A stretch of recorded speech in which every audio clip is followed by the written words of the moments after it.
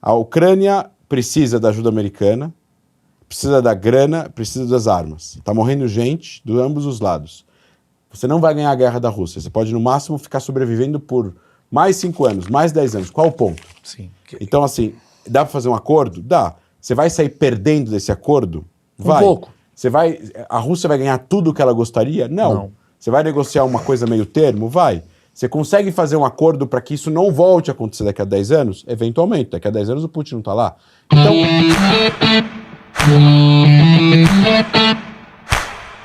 E aí, pessoal? Vamos para mais uma parte da entrevista de André Last, do podcast Achismo, do Maurício Meirelles. É nessa parte que eles falam sobre a guerra da Ucrânia. E se ela está perto de acabar? Ou vai durar mais 5 anos? E que a Ucrânia deve perder território para a Rússia para que a guerra termine? E você? Não espere a guerra terminar para ajudar o canal. Dê logo um like, comentem, compartilhe, se inscreva no canal e ative o sininho. Vamos lá ver o vídeo? Eu lembrei de uma coisa importante antes de começar com as previsões. Exatamente sobre o mundo acabar. O motivo pelo qual você tem uma polarização política no mundo é por causa desses movimentos. As pessoas votam muitas vezes hoje porque elas têm medo de que aconteça alguma coisa muito ruim se o outro candidato for eleito. Por causa de, tem uma coisa de conservadorismo da sua crença, né? Por isso que o pessoal fala, o outro é conservador. Todo mundo, no fundo, acaba sendo conservador da sua própria crença. Você pode ser liberal ali no progresso de alguma coisa, mas você é conservador. E o medo. Se votar nesse vai acabar a democracia, se votar nesse vai virar comunista, se votar nesse vai ter guerra mundial, se votar nesse vai acabar. Então eles conseguiram, né? Porque é importante para esses caras terem... E eles se retroalimentam. Retroalimentam. Se você não tiver medo, esses caras não ganham. Porque se for uma coisa meio... Qualquer um que tiver lá, foda-se. Agora, existem coisas sim que são importantes, mas é do governante a responsabilidade de tentar transparecer segurança para a população. E não medo. Não é o contrário. Eu estava vendo uma pesquisa, né, que fala exatamente isso, né? As últimas 2 eleições brasileiras, para a gente citar Brasil, foram 2 eleições que foram vencidas pelo ódio, né? Tanto o Lula quanto o Bolsonaro, eles ganharam baseado em vou votar no Bolsonaro para acabar com isso que está aí. Ou seja, o objetivo não estamos votando nesse cara porque ele vai melhorar o país, é porque senão esse daqui volta. E o Lula é a mesma coisa, o Lula entra porque, Bolsonaro não dá mais. Então, você não tá votando por uma causa. Vamos acabar com a inflação. Vamos nos proteger. Não é uma discussão lógica baseada em algo concreto. Isso. É que, na verdade, ela sim existe. E aí a gente vai ter que fazer uma divisão importante que um jornalista israelense fez lá em Israel, mas vale para cá também, que é a diferença entre você tem a extrema-direita e você tem a extrema-esquerda.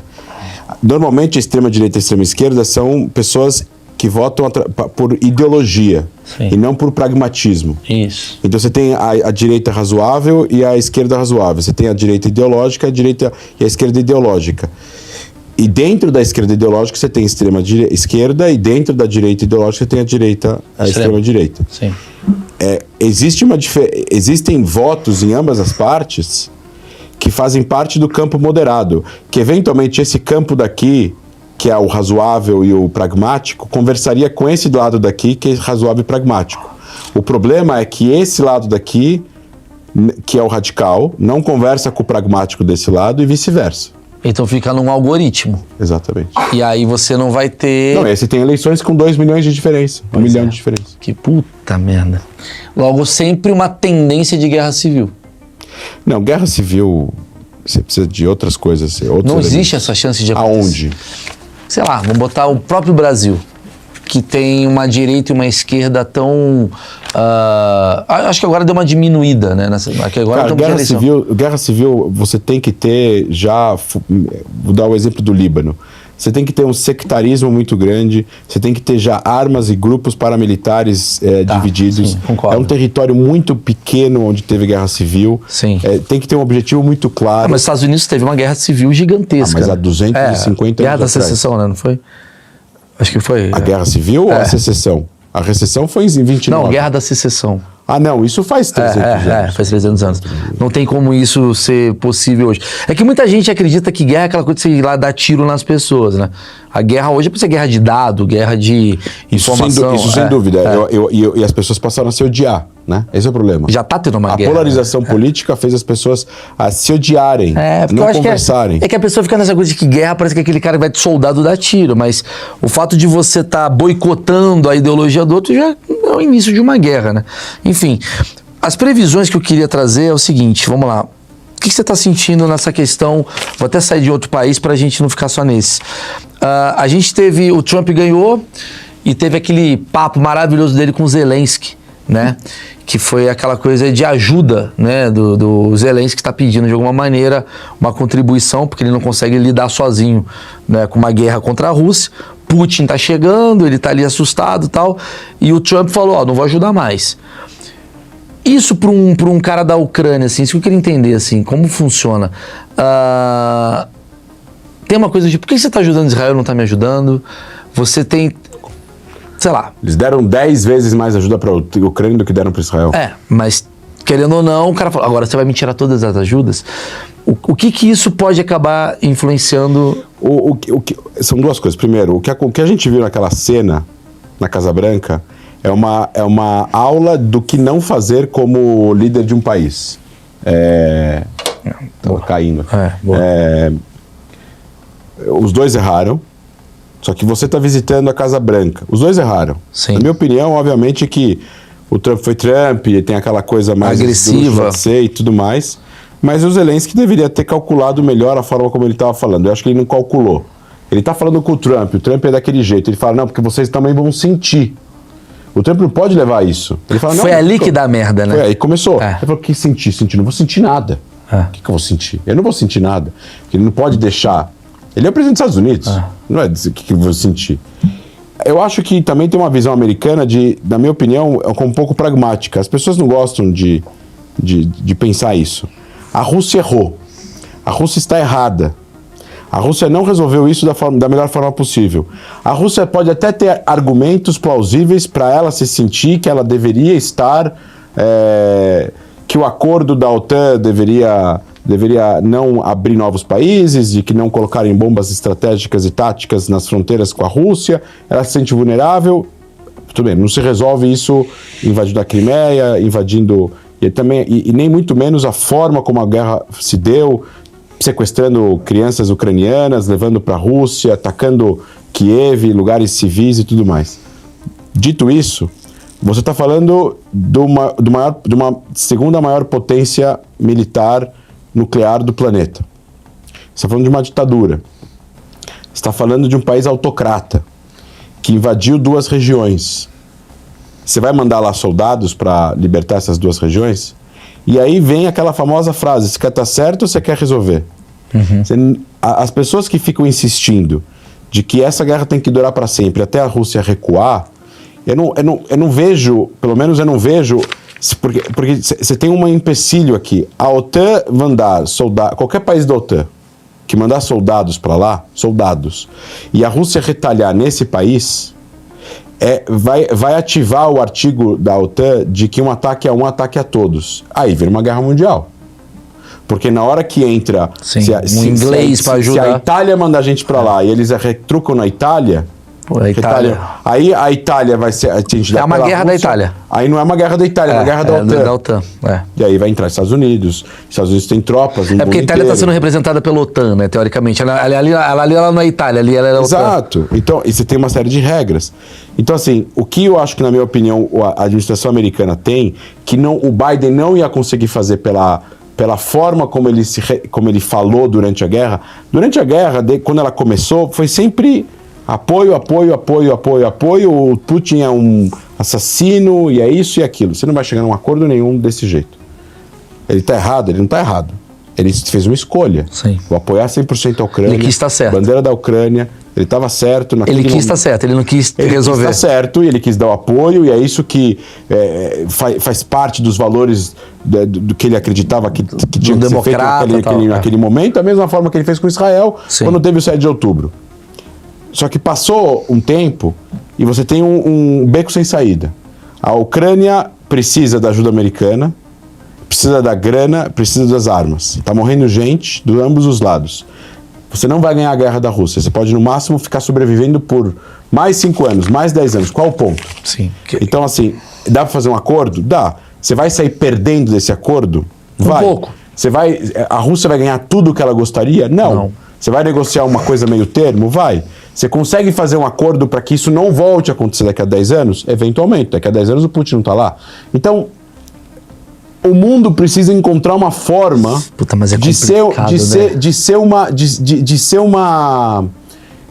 eu falo sempre na Stand Up, a gente precisa ser esponja. Eu não tô falando de ser esponja, recebe tudo que você... Recebe a porrada e não faz nada. Não. Faz. Reage. Luta a guerra. Se a Ucrânia baixar as armas, a Ucrânia deixa de existir. Se Israel baixar as armas, Israel deixa de existir. Mas você tem que tentar chegar numa solução para que a guerra termine eventualmente. Você não vai ganhar uma guerra da Rússia. Não vai. Tá. A gente não tá...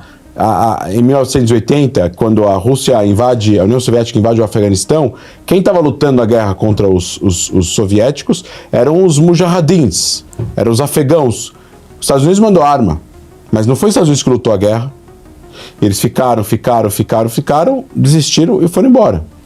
Mas é complicado. Durou 9 anos a guerra. Faz total sentido o que você está Durou falando. 9 anos a guerra. Sim. 9. O que gastou-se nisso? 9. Aqui vai. E o Afeganistão, ninguém se importa, infelizmente, com o Afeganistão. A gente está falando daqui, a gente tá falando da Europa, a gente está falando da Ucrânia, o maior país da Europa. Gás, Alemanha do lado e tal. Você tem outros interesses. Você vai deixar esse negócio durar 9 anos? Começou em 21. Vai acabar em 30? Mais 5 anos? Mais 5 anos disso. Então a previsão... Acho que o Trump, acho que a visão americana é faz alguma coisa para acabar. Então a previsão, assim, embora eu vou tirar da tua resposta, porque é muito escroto que isso daí que eu poderia fazer. Mas uma previsão nossa de achismos essa guerra vai acabar. Porque ela precisa acabar. Eu acho que ela vai acabar. E eu acho, com certeza ela precisa acabar, porque... Eles até falam disso, né? É importante acabar. E eu acho que ela precisa acabar com uma negociação que seja o mais justa possível pro lado ucraniano. Porque o lado ucraniano está saindo perdendo. Já está perdendo, né? Exatamente. Entendi. Então vai acabar... E de alguma forma... e assim, aqui, de novo, pensando com pragmatismo e realismo, precisa ser feito alguma coisa para trazer os russos para não se sentirem que existe um perigo em relação a uma relação saudável com o Ocidente. Quanto mais os russos acharem que tem um perigo, mais eles vão ficar assim com a OTAN. Quanto menos eles acharem que tem perigo, mais tranquilos eles vão ficar. O lado europeu está do lado da Ucrânia. Obviamente. Por medo dessa coisa da Rússia acabar virando, né, pelo que eu entendo, assim, tipo, se uma Rússia dessas ataca, a Rússia do tamanho que tem, ela pode russializar toda a Europa, só para falar um termo meio... mas a Rússia tem uma economia... Nada perto do... 1,8 trilhões, a China é 14, os Estados Unidos é 28. Mas a China está apoiando a Rússia nesse momento? A China tem uma parceria estratégica com a Rússia. A Rússia não consegue vender gás, está vendendo gás para a China, etc. Mas tem toda uma questão da moeda e tudo mais, que eles conseguem não usar o código SWIFT, eles usam o que seria SWIFT, seria a transferência internacional através do código chinês e tudo mais, a não dolarização da moeda, eles trocam os rupees russos com o ien, com a moeda chinesa, mas ainda assim eu acho que é de interesse de todos que a guerra termine. Agora, a guerra precisa terminar em condições, e de novo, você falando assim, o mundo vai acabar, as pessoas precisam entender, eu acho que os países precisam começar a entender qual é qual o futuro que eles querem. Você vai continuar expandindo a OTAN ad eterno? Por que a OTAN continua expandindo se a União Soviética caiu? Sim. Qual o motivo? E aqui eu não estou protegendo o lado russo, estou fazendo perguntas que não têm resposta. Sim, achei bom isso daí. São perguntas que você precisa entender. Tem o Acordo de Varsóvia, que é a mesma coisa que a OTAN do outro lado. A União Soviética deixou de existir, a Rússia era um país capenga em 1991, 92. Boris Yeltsin era um bêbado que só bebia vodka. Sim.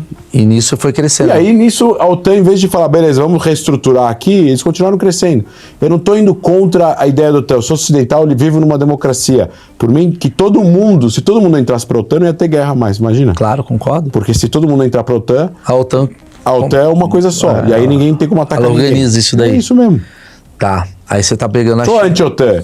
Eu só acho que eu acho que tem que encontrar forma. Eu sou apaixonado por uma frase do Uri Levin, que fundou o Waze, que é um israelense. Ele tem uma camiseta que tá escrito assim: se apaixone pelo problema, não pela solução.